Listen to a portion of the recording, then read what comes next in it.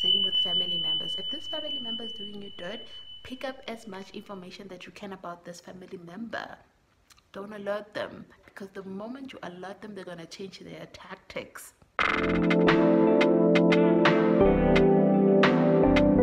Welcome to my channel. All we do is react, discuss other people's opinion, and give our own, because that's what we do on this channel. With that said, let's jump into the video.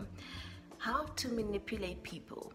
I would say how to give them their karma back. If you want to catch a thief, right, you do not alert the thief that you want to catch the thief. What you do is observe the thief and let them do what they do, so that you can catch them in the act and have physical, tangible evidence that you can prove that this person actually stole from you. The same logic can be applied to anything that you want to put into relationship, friendships, family stuff, right?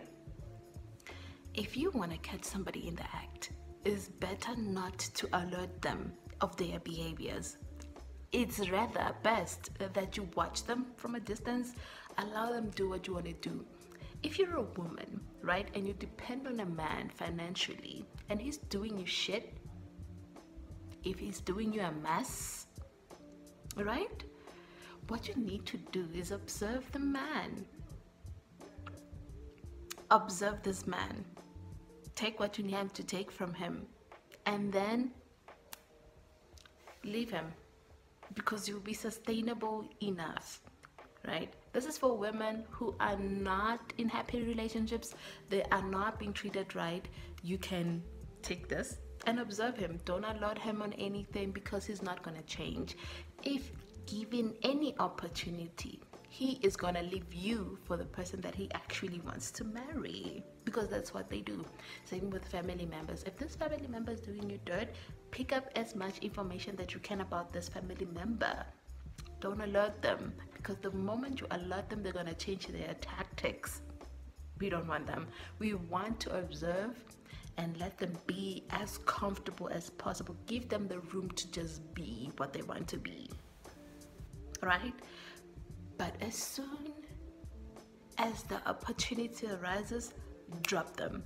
They won't believe it. They would think that they were fooling you, but the fool has been fooled. With that said, let's jump into this video. Let me tell y'all why y'all keep on getting played by these men and by these women out here, all right? It's real simple, but you don't see it. It's because you keep on calling them out on their mess, okay? Now, listen when I tell you this right now, because some of y'all saying, well, I should call them out. I should hold them accountable. No, you hold someone accountable when they make mistakes occasionally, when they are good-natured, when they have a pure heart, when they are dedicated and committed to having a long-term relationship with you. But you do not call out somebody who's clearly doing you dirty, who's consistently doing you wrong. It's clear that they're not going to change. It's clear that this is who they are. You just may not be ready or able to lead them just yet. You don't call them out. No. What you do instead is you keep your mouth closed and observe them, okay? Because every single time that you call them out, you know what happens? You are educating them on how to do their dirt even better. Hey, baby, why'd you do this? Hey, baby, why'd you do that? I know this is, I know that. So what they're going to do, they're going to do it differently. They're going to do it better. And then inevitably, you're going to think that they're improving, and they're not improving. They're simply learning how to manipulate you. They're simply learning how to hide things from you. They're simply learning how to deceive you better and better. Once you've determined that somebody ain't here for you, you got two options. You either leave if you can leave, or if you can't leave just yet, because I understand money and situations don't always allow that. What you do is you keep your mouth closed, okay? Let them believe that you don't see nothing, all right? But what you're doing in the background while they doing them is you getting yourself together so you can get out. You're not arguing, you're not fussing, you're not fighting. That's all wasted energy. All the energy you putting into arguing with them is energy you need to be putting into your exit plan, okay? So keep your mouth closed. Let them do them, and you set up your next steps for yourself, because baby, they not going to change, but that don't mean you can't change your life, okay? Keep your mouth closed and do what you need to do to get out. If I could go back in time, every last man that cheated on me, I snapped on them. And looking back, I wish I would have handled it differently.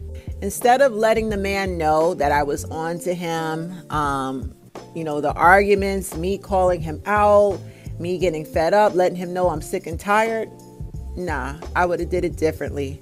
I would have just kept quiet and walked the fuck out on him. Shocked him by disappearing into thin air. See, men know exactly what they're doing. They know right from wrong. They know they cheated. They had to sit there and make a decision to cheat and act on it. It wasn't a mistake. When you let a man know that you are sick and tired and you know this and that, he's just going to find a new way to manipulate you to keep stringing you along. Never tell him you're on to him. Just disappear on him. That'll hurt more. Hi, I have a question. How about people take responsibility for their own action and see things for what it is and move accordingly? How about they get over it, and if somebody don't like them, they move on and stop blaming everybody else for their own mistakes? How about people taking responsibility for their own action instead of complaining every day on social media about somebody that hurt them, about a man that didn't want them? How about they playing themselves? When do they move on? Thank you. He makes an interesting point. At what point do we just cut our losses and not engage? And I think this applies to friendships as well as romantic relationships. I'm currently trying to get someone to understand why they've disrespected me, and I've been given the opportunity to speak to this person about it. And I'm not sure I want to, because I'm not sure it's worth it. I feel like if you don't get it by now, you're not going to get it. And I think the sunken cost fallacy plays in a lot, particularly if you're in a marriage, and particularly if you have children. If you've been with this person a long time, people think, well, I've already invested so much in this relationship, so much in this person. I need to try my best to salvage this relationship, and I think it's fixable. So if you've put in a decade with this person, obviously you're going to want to try to salvage your relationship by trying to rectify their behavior and get them to improve it and make them aware of what they're doing wrong. But I'm actually kind of leaning the other way. I'm feeling more like I should just cut my losses and just not engage, like block and delete. Because I always thought of it in a positive way. I thought of it, well, even if it doesn't work out with this person, if I engage them and explain to them why their behavior is problematic, maybe the next person that they date or the next person they're friends with, when they say the same thing, they'll understand and they will stop abusing more people. But what if instead of doing that, I'm just making it easier for that person to abuse more people? I'm just teaching them how to manipulate the next person, the next girlfriend, the next wife, the next friend. I'm just teaching them how to be a more manipulative person. That is definitely worth thinking about, because that is absolutely something I don't want to do. But if collectively we don't call out bad people on their bad behavior, how does that improve the world and get people generally to be treated better? But we've been calling them out on their behavior for like 30, 40 years. A lot of these people, we've been trying to, like black people have been trying to explain to white people why saying certain things is racist. Why saying, well, my black friends, it's okay, so it's fine. Some of my best friends are, I can't be racist. I have mixed race children. Like, we've been trying to explain to them why you can't do that.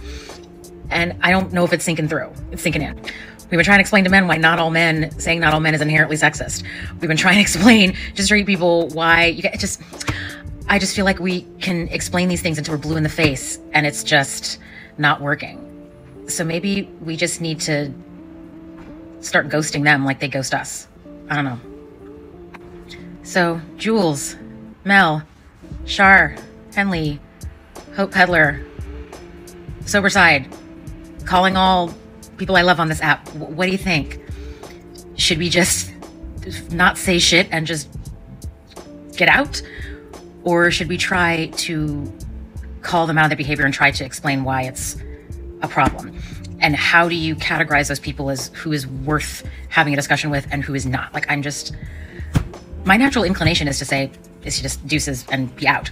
But I have been conditioned, because that's how I was when I was younger. I've been conditioned that was wrong and that that's too much of a knee-jerk reaction. I should give more people a chance. But I'm wondering if that encouragement was more manipulation and indoctrination, if that was like patriarchal thinking, trying to soften me, trying to give me that Miranda treatment, try to soften me into a real woman, because real women give people upteen chances no matter what happens, both friends and romantic partners. I'm just kind of leaning towards telling like so many people to just fuck off and never call me again. Like, just, I don't know. What do y'all think? Hi, ladies. Go back and listen to what he says. I did this. I did exactly what he said. When I left my husband. It took me 6 months after I had made the decision to leave, all right? My son was very young, and I had no relatives, and I was paying all the bills. He was cheating on me. A bunch of other stuff was going on. And I said, you know what? I had been talking and talking and talking, and I was just fed up. And I had no idea what to do. So what I did was I stopped talking. Whatever he said, I agreed with. I stopped talking. And while that 6-month phase went on, I went and got a book, because for me, books teach you everything, that said how you divorce your husband. I saved up some money. I looked for an apartment. I had to figure out, how I'm going to do with my job. And it took me about 6 months to just get everything in order. And I was living in Southern California then. And I didn't have any family there. I had great friends, but no family. And, it just took me a minute to really get it all together. And I never said a word, okay? So I rented my apartment. I had to order some furniture. And, just a bunch of little steps. And finally, it was like I was about 2 weeks out. And I'm like, okay, I'm going to go ahead and tell him. Now, he wasn't a violent person. He'd get mad. But I never felt like he was going to harm me or anything. So I told him, you know what? This is not working. I'm going to go ahead and move out at the end of the month.